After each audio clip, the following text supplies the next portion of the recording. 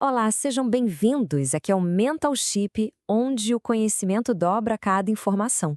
Depois de uma longa jornada por todo o Novo Testamento, do nascimento de Jesus até o Evangelho chegar em Roma, hoje a gente faz uma pausa.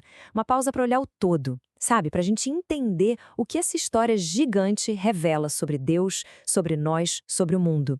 Se este conteúdo agregar algo, considere compartilhar com alguém. A nossa caminhada começou lá atrás, com o nascimento. Depois passou pelo evento central de tudo, a cruz. Viu o Espírito ser derramado e a igreja nascer. E foi acompanhando a mensagem até ela chegar no coração do império, lá em Roma. Então vamos mergulhar nisso. A primeira grande sacada que a gente tira dessa jornada toda é que o Novo Testamento é, na verdade, uma única história. Uma história que começa com o menino, mas que, olha que curioso, não termina com o livro. O caminho que a gente percorreu é impressionante, né? Pensa bem, tudo começa ali quietinho em Belém com um nascimento super humilde. Daí, a história ganha força na Galileia, com um ministério cheio de ensinamentos, de milagres. O ponto de virada, o clímax, acontece em Jerusalém, com uma cruz e um túmulo vazio. E o mais incrível é que não tem um ponto final. A história termina com o anúncio do reino em Roma, que era o centro do poder mundial na época. A escala disso tudo é notável. E nesse meio tempo, entre o começo e o fim, o que foi que a gente viu? A gente viu um Messias nascendo na humildade, um mestre que ensinava com uma autoridade que ninguém nunca tinha visto, um servo que morre numa cruz e um Senhor que ressuscita. E a partir daí, tudo muda. Um espírito é derramado sobre gente comum, dando origem a uma igreja que nasce e, nossa, se espalha contra tudo e contra todos.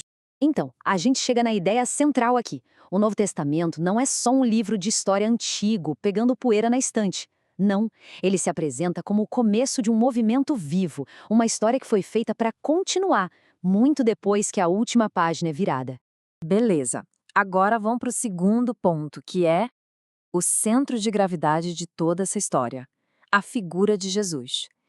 Ele é o protagonista que nunca muda, mesmo quando ele não está mais fisicamente ali, na cena. E aqui a gente percebe uma coisa fascinante. Cada pedacinho da história aponta para Jesus. Nada está solto. As genealogias, por exemplo, conectam ele com toda a história de Israel, quase como se dissessem, ei, ele faz parte disso aqui. As profecias antigas se cumprem nele, como se fossem peças de um quebra-cabeça que finalmente se encaixam. Os milagres não são só show de poder, são pistas sobre quem ele realmente é. A cruz revela o tamanho do seu amor, a ressurreição, o seu poder sobre a morte e a missão que ele deixa. Bem, ela mostra o propósito de tudo isso para o mundo inteiro.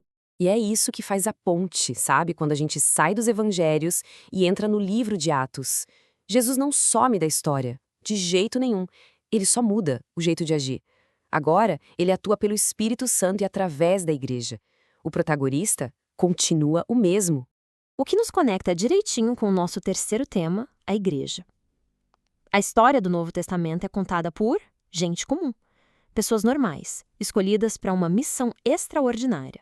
Os agentes dessa missão divina são, surpreendentemente, gente como a gente. Olha só para esse retrato da igreja lá no comecinho. Ela nasce cheia de medo, mas é tomada pelo Espírito. Ela enfrenta um monte de briga interna, mas é guiada pela graça.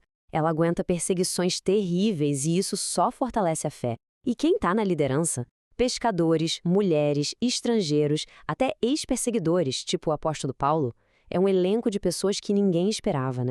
E isso nos leva a uma das verdades mais contraintuitivas e ao mesmo tempo centrais de toda essa história. Por que Deus escolheria gente comum para levar uma mensagem tão incrível? A resposta parece ser para deixar bem claro de onde vem o verdadeiro poder. A força não está nas pessoas, com todas as suas falhas e limites. Está na mensagem que elas carregam e no poder que as capacita. É quase um princípio de design desse movimento. A glória não é do carteiro, é de quem mandou a carta. Ok, vamos avançar para ver como isso se desenrola. Nosso quarto ponto é sobre o evangelho em movimento. A gente acompanha a transformação de uma coisa bem local em uma fé que alcança o mundo todo. E isso tudo seguindo uma instrução bem específica. E essa expansão não é por acaso, não. Não, ela segue um roteiro, uma instrução muito clara de Jesus. Sereis minhas testemunhas em Jerusalém, em toda a Judéia e Samaria e até os confins da terra. Isso aí não é só uma frase bonita para colocar num quadro. É literalmente o mapa estratégico que guia o livro de Atos inteiro. É a planta baixa da expansão da fé que a gente viu acontecer. E foi exatamente isso que a gente viu. A missão vai acontecendo em etapas bem claras. Primeiro, Jerusalém. Aí a perseguição, que parecia algo ruim, ironicamente acaba espalhando todo mundo. Depois, a mensagem se expande para as regiões vizinhas, Judéia e Samaria. Em seguida, acontece um salto gigantesco. O evangelho cruza as barreiras culturais e chega no mundo não judeu. E, por fim, alcança Roma, o centro do império. E aqui tem um detalhe que eu acho fascinante. O livro de Atos acaba de um jeito meio abrupto. Não tem um felizes para sempre. Paulo está lá, em prisão domiciliar em Roma, mas está pregando. Por que terminar assim?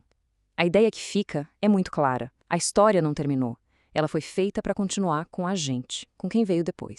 O que nos traz direto para o nosso último ponto, o chamado para hoje.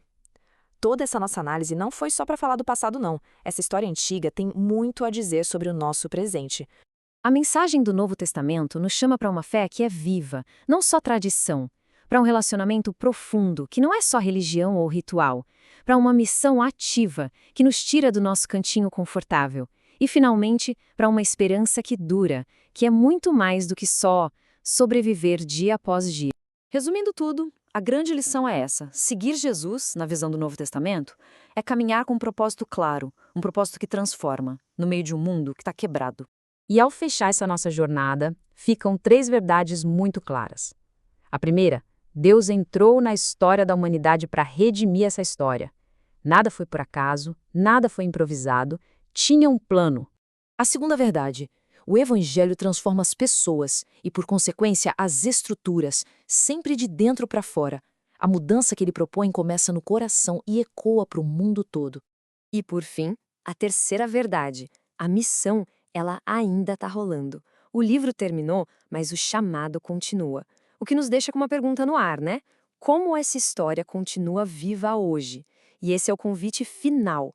Não só conhecer o Novo Testamento, mas viver o que ele anuncia. No nosso próximo encontro, teremos o nosso especial de Natal. A gente vai voltar lá para o comecinho de tudo para entender por que o nascimento de Jesus é o que dá sentido para essa história inteira. Da manjedoura até a cruz, da ressurreição até os dias de hoje. E para aprofundar ainda mais, a recomendação é sempre a mesma, a leitura direta dos textos bíblicos. Nada substitui esse encontro pessoal com a palavra. Aqui é o Mental Chip, onde o conhecimento dobra a cada informação.